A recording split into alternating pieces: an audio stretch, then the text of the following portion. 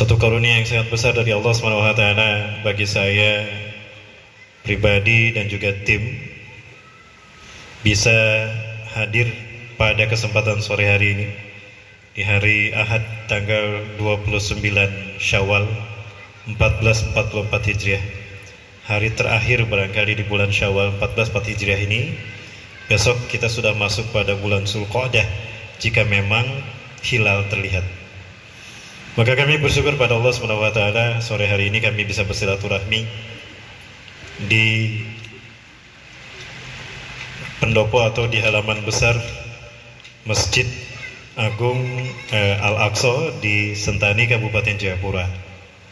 Kami bekerja sama dan bermitra dengan Biker Subuhan Jayapura. Ada Bang Andri, ada Pak D, dan juga ada Abang Soleh.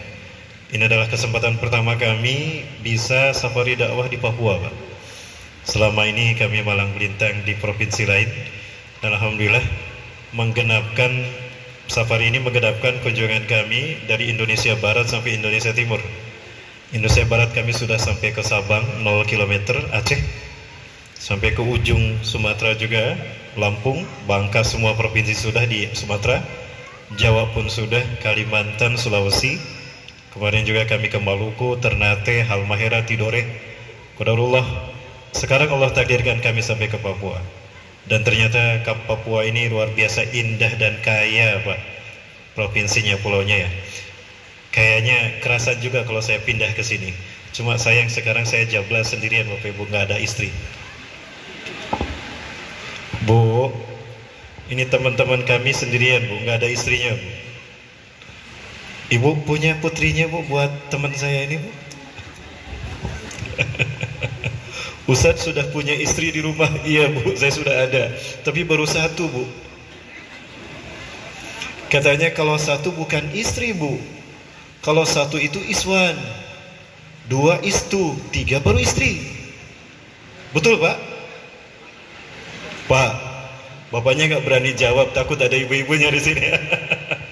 Bu, Pak, jadi kalau satu itu apa? Iswan, dua istu, tiga disebut istri kalau? Nah, itu ibu-ibu tahu. Boleh, Bu? Oh, enggak boleh, Bang. Cukup satu aja, Bang. Satu aja, Bu, ya. Satu di Sentani, satu di Arjopura, satu di baik. Sekali lagi saya bersyukur pada Allah SWT. Allah karuniakan kesempatan ini yang sangat berharga. Apalagi ternyata kami sampai di Masjid Al-Aqsa. Aqsa itu artinya paling jauh. Masjid yang paling jauh pertama kali di muka bumi itu Aqsa. Masjid kedua di muka bumi. Setelah yang pertama Masjidil Haram, dibangun Nabi Adam AS, dibimbing malaikat Jibril. 40 tahun kemudian Nabi Adam membangun Masjidil Aqsa, dibimbing juga malaikat Jibril. Aqsa itu artinya paling jauh. Jarak pembangunannya 40 tahun dan jarak posisinya 1233 km dari Masjidil Haram. Ya. Jadi pas sekali kalau di timur ini, Pak, di timur Indonesia ini ada Masjidil Aqsa. Ya, di Aceh kan ada Serambi Mekahnya, di sini ada Aqsanya. Pas sekali. Sebagaimana pasnya para pejuang sejarah kita memberikan nama bagian barat bumi Maroko dan bagian timur bumi Merauke, namanya dibikin sama, Maroko dan Merauke, karena ini akan menjadi isyarat bahwa anak cucu kita akan kembali menguasai dunia dari Maroko sampai Merauke. Allahu Akbar. Yang saya hormati dan saya muliakan Allah, Bapak Dr. Haji Tri Mulyadi, mohon maaf, Pak, Bapak Dr. Haji Tri Mulyadi SMH, selaku Ketua Badan Wakaf Indonesia Kabupaten Jayapura, dan beliau juga Sekretaris Umum dari Majelis Ulama Indonesia Kabupaten Jayapura. Terima kasih, Pak, sudah mengundang kami. Wabil khusus juga pada DKM Masjid Agung Al-Aqsa Sentani, Bapak Haji Nurdin Sanmas SH.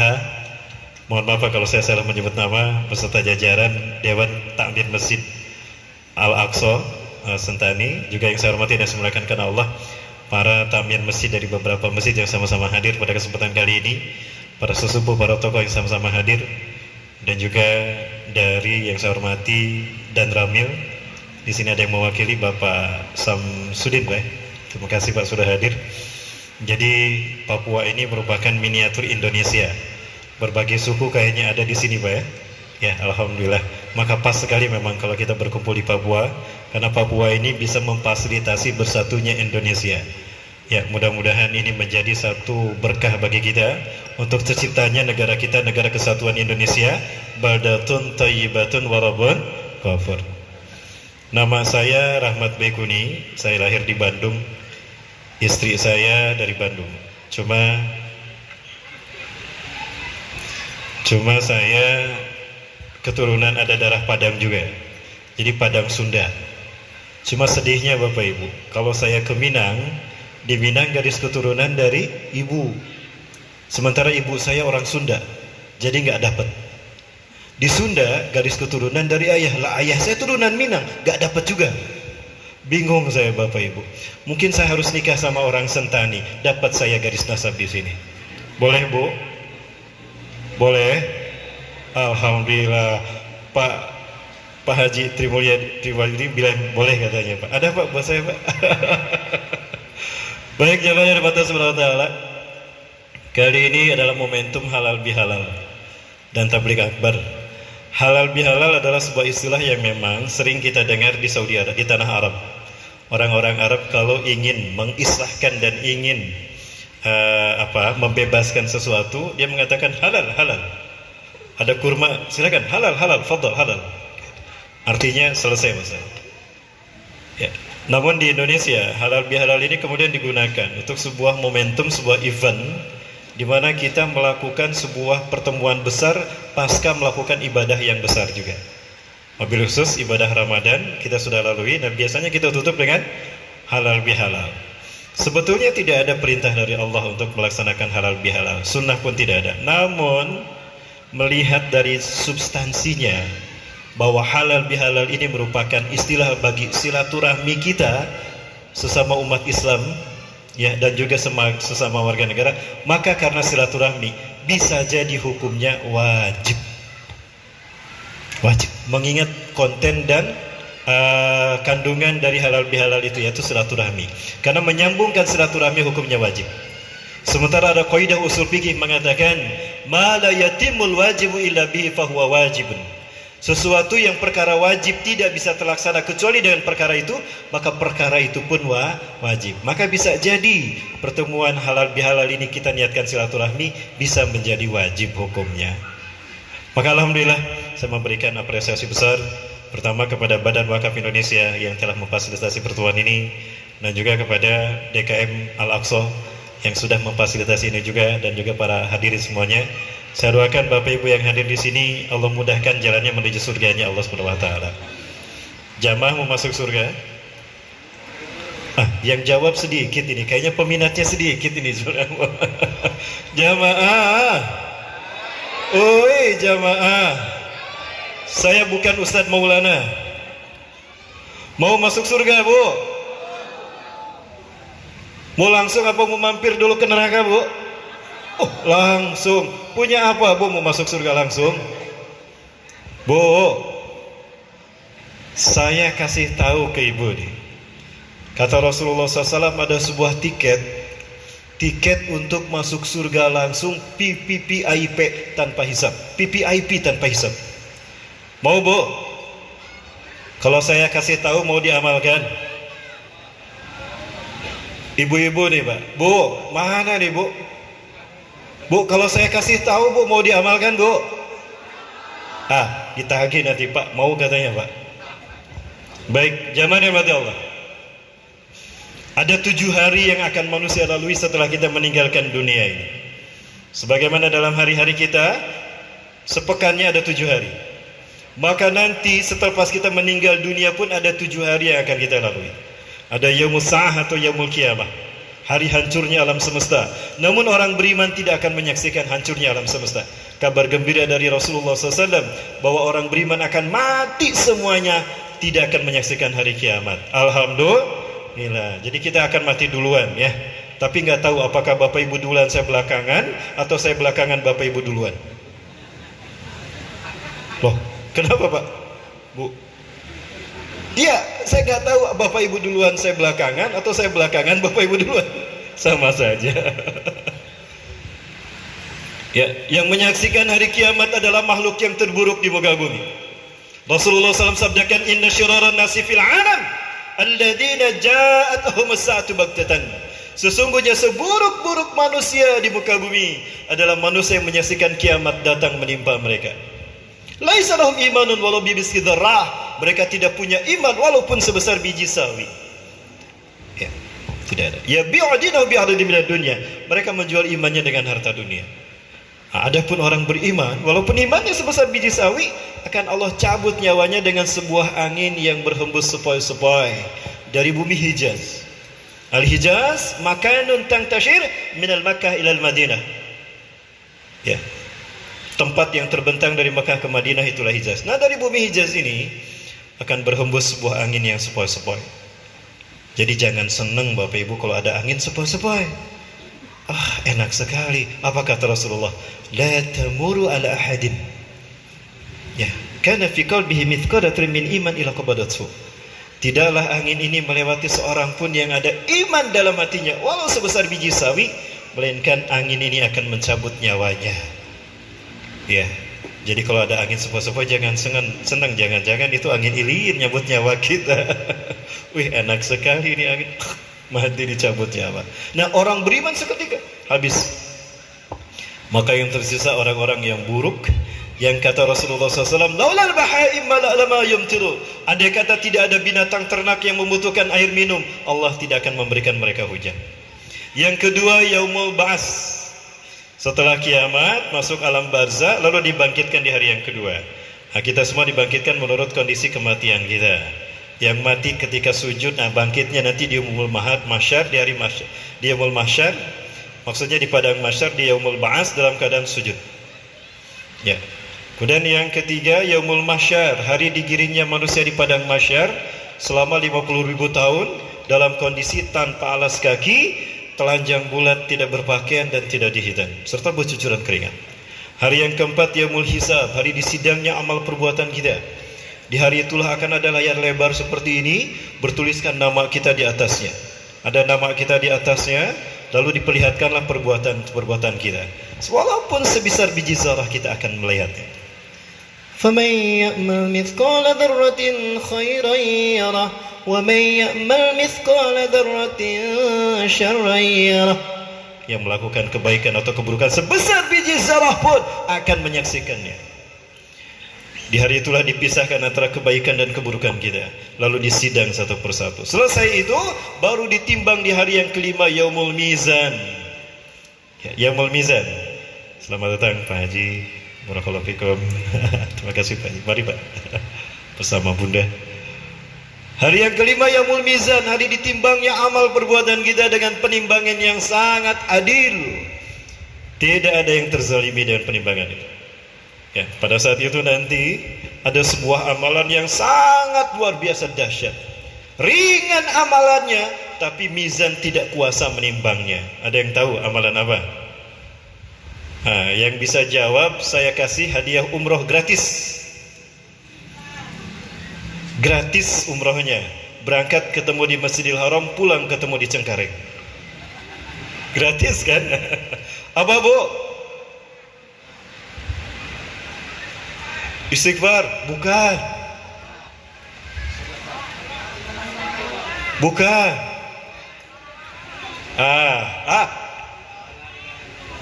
Bukan Pak.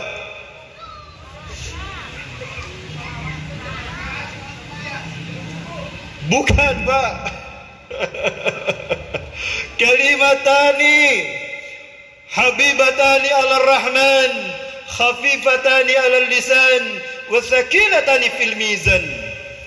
Dua kalimat mudah diucapkan, dicintai Allah yang Maha Rahman, dan berat timbangannya di mizan.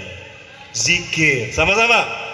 Subhanallah wa bihamdihi, subhanallahil azim, subhanallah wa bihamdihi, subhanallahil azim, subhanallah wa bihamdihi, subhanallahil azim. Itu Dua kalimat itu mizan tidak kuasa menimbangnya. Kenapa mizan tidak bisa menimbangnya? Sifat Allah tidak terukur, sifat Allah tidak terbatas, sifat Allah unlimited, maka tidak bisa menimbang. Itu di hari yang kelima, yaumul mizan. Di hari yang keenam, manusia akan memasuki yaumul jaza, hari pembalasan amal.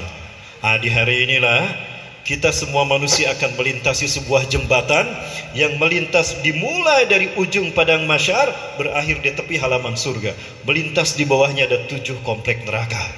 Di bawah jembatan tadi ada neraka Wail, neraka Saqar, neraka Jahim, neraka Hawiyah, Hutamah, Sa'ir, Jahim, Jahannam paling bawah. Yang terpeleset di sana akan melayang-layang terjatuh ke neraka sampai ke dasarnya selama 76 tahun. Bayangkan Bapak Ibu, melayang-layang selama 76 tahun. Nauzubillahi min zalik. Waktunya enggak banyak ya Bapak Ibu ya. Sampai jam berapa nih Bapak Ibu? 5:30 ya. Baik, mudah-mudahan Bapak Ibu istiqomah sampai 5:30. Tidak ada yang muntabir. Apa muntabir Ustaz? Mundur tanpa berita. Jamaah, mau tetap bersama saya? Jangan kemana-mana, tetap bersama saya setelah yang satu ini. Ya, di hari itulah nanti manusia melintas titian sirat. Ya. Wa minhum may yamuru 'ala kalamil basar. Di antara manusia ada yang menyeberang hanya dengan sekedip mata, seperti kedipan mata. Sudah ada di sana. Au kal barqi, atau seperti petir, bulan dar hadir. Au karukubi hisanil jud, seperti naik kuda balap. Au karukubil jamal, atau seperti naik unta. Lama sampainya pelan. Masih jauh di bawah api neraka. Tapi sampai. Yamshi alal aqdam, ada yang jalan kaki. Insya Allah mudah-mudahan kita semua selamat nanti dalam titian surat. Amin. Sampai memasuki surga. Bu, jadi masuk surganya Bu? Apa tadi tiketnya? Belum saya sebutkan. Ya. Nah, hari yang terakhir, hari yang ke-7 adalah yaumul akhir. Disebut yaumul akhir karena tidak ada lagi hari sesudah itu. Dan disebut juga yaumul khulud karena di hari itu yang masuk surga dan masuk neraka, dia akan kekal selamanya. Di hari yang ketiga, ada sesuatu yang terkait dengan pentingnya halal bihalal. Ini kenapa memilih hampir wajib menurut saya, sunnah paling tidak sunnah muakkad, sunnah yang sangat ditekankan untuk diselenggarakan. Ya. Yuzanu ahda minkum a'malu. Di yaumul mizan hari yang kelima, bukan yaumul masar, di hari yang kelima, seseorang di antara kalian ditimbang amal perbuatannya. Fawajada anna khaira amali asqalu min syarrih. Maka dia mendapatkan pahala kebaikannya lebih berat dari keburukannya, bahkan keburukannya nyaris tidak ada. Luar biasa. Kebaikannya menggunung, sementara keburukannya hanya sedikit sekali. Maka para malaikat mengatakan, tuban laka ya fulan, rubama anta min ahlir jannah, fa inna khairaka athqalu min syirik. Berbahagialah engkau hai fulan, kebaikanmu lebih berat dari keburukanmu. Sujud syukur dia berdoa, alhamdulillah, terima kasih ya Allah, engkau telah menjadikan aku, membimbing aku menjadi orang yang paling banyak amal baiknya. Lalu apa kata malaikat? Halami sa'raka kaifa kanat jannatuk. Mari aku perlihatkan seperti apa surgamu. Dituntun tuh dia untuk melihat surganya. Tapi apa yang terjadi? Ketika berjalan untuk melihat surganya, Allah berfirman, ya malaikati arji'u ila makanil ula. Hai malaikatku, kembalikan dia ke tempat dia semula. Masya Allah. Ya Rabbi, afalam ta'alas min wasnih. Ya Allah, bukankah dia telah selesai penimbangan amalnya? Betul. Tapi Allah Akbar. Bapak Bu, jago-jago sayang. Ya. Betul, dia selesai ditimbang, tapi hisabnya belum selesai sebetulnya. Hah? Perhitungan apa? Perhisabannya belum selesai. Betul. Sebentar lagi ada hambaku yang akan datang mengadukan keburukannya. Hah? Kaget dia. Sudah senang kebaikannya lebih banyak dari keburukannya, nyaris tidak ada keburukannya. Sudah senang diperlihatkan surga, ternyata belum selesai. Dituntun lagi dia ke tempat di mana dia ditimbang. Maka datanglah seseorang. Ya Allah, orang ini adalah orang yang dulu memfitnah saya. Dia fitnah saya, dia tuduh saya melakukan sesuatu yang tidak saya lakukan. Akibatnya saya di PHK di pekerjaan saya. Saya kehilangan pekerjaan. Saya menderita, anak dan istri saya menderita gara-gara fitnah dia. Aku tidak terima, ya Allah, kau berikan dia pahala kebaikannya, sementara urusan fitnah dia kepadaku belum selesai. Toh malaikatku, aku bilang sama kamu kan, kalau urusannya belum selesai. Allahu Akbar. Apa yang terjadi? Malaikatku, ambil pahala sholatnya, berikan kepada orang yang dia fitnah. Capek-capek sholat di dunia, pahala diberikan pada orang lain. Hati-hati ini, jangan sampai mudah menuduh orang tanpa bukti. Lebih baik tinggalkan. Jamaah, kemana nih suaranya nih jamaah? Jamaah, sedih saya nggak dijawab. Ya. Pergi yang pertama, datang yang kedua. Ya Allah, orang ini mengambil hak saya. Bertahun-tahun saya mengumpulkan uang untuk melakukan ibadah umrah dan haji. Dia curi uangnya. Aku tidak terima, ya Allah. Dia korupsi uang kami. Kami tidak terima, kau berikan dia pahala. Malaikatku, ambil pahala zakat dan sedekahnya, berikan pada orang itu. Allahu Akbar. Menangis dia. Satu persatu amalan ibadahnya habis. Datang yang ini pergi, datang yang ini terus. Kebaikan yang tadinya menggunung lama-lama habis. Tinggal satu lagi tersisa pahala kebaikannya. Sama dengan pahala, dengan keburukannya, dengan dosanya. Nangis dia. Sementara orang yang ngantri membicarakan keburukannya masih banyak. Bingung malaikat, ya Rabb, baqiya wahid min husnih. Ya Allah, tersisa hanya satu saja dari pahala kebaikannya. Tapi orang-orang masih banyak, yashku ilaik, yang masih banyak mereka yang mengadukan dosa-dosanya. Apa pahala kebaikan ini harus kami bagi rata pada mereka? Tinggal satu lagi pahala kebaikan itu. Lalu Allah bertanya, sebetulnya Allah Maha Tahu, tapi ingin Allah mempersaksikan kita semua. Ayul amali dzalika ya malaikati. Amal apa? Pahala amal apa itu yang tersisa? Kira-kira pahala amal apa? Ketika disebutkan pahala amal ini oleh malaikat, oh jangan, itu jangan dibagikan, itu hadiah dia untuk saya. Subhanallah. Ketika pahala sholat diambil untuk menebus fitnah kita kepada orang lain. Ketika pahala sedekah, pahala zakat kita diberikan untuk memberikan sholat, semuanya haji umrah diambil untuk menebus dosa-dosa kita. Ibadah yang satu ini tidak boleh, kata Allah, pertahankan. Itu hadiah dia untukku. Itulah pahala saum, pahala saum. Itulah maksud dari firman Allah, kullu amal ibni adam lahu ila siyam fa innahu li wa ana azibih. Semua amal perbuatan anak cucu Adam kembali kepada mereka kecuali saum, itu adalah hadiah mereka untukku. Wa ana azibi, dan aku yang langsung memberikan pahalanya. Malaikat catat, berikan dia pahala ibadah saum. Jamaah yang dirahmati Allah, maka apa yang terjadi? Lalu apa yang harus aku lakukan, ya Allah? Sementara tidak tersisa kebaikannya kecuali ibadah saum saja, tapi masih banyak orang yang mengadukan kejahatannya, keburukannya kepada dia. Apa kata Allah? Ambilkan keburukan mereka dan dosa-dosa mereka, berikan pada dia. Akhirnya bertambah keburukannya. Akhirnya gimana Bapak Ibu? Yang tadinya mau masuk surga tidak jadi, malah masuk neraka. Itulah orang-orang yang pailit, orang-orang yang bangkrut di akhirat. Rasulullah menyebutnya muflis. Na'udzubillahi min dzalik. Jamaah, masih bersama saya?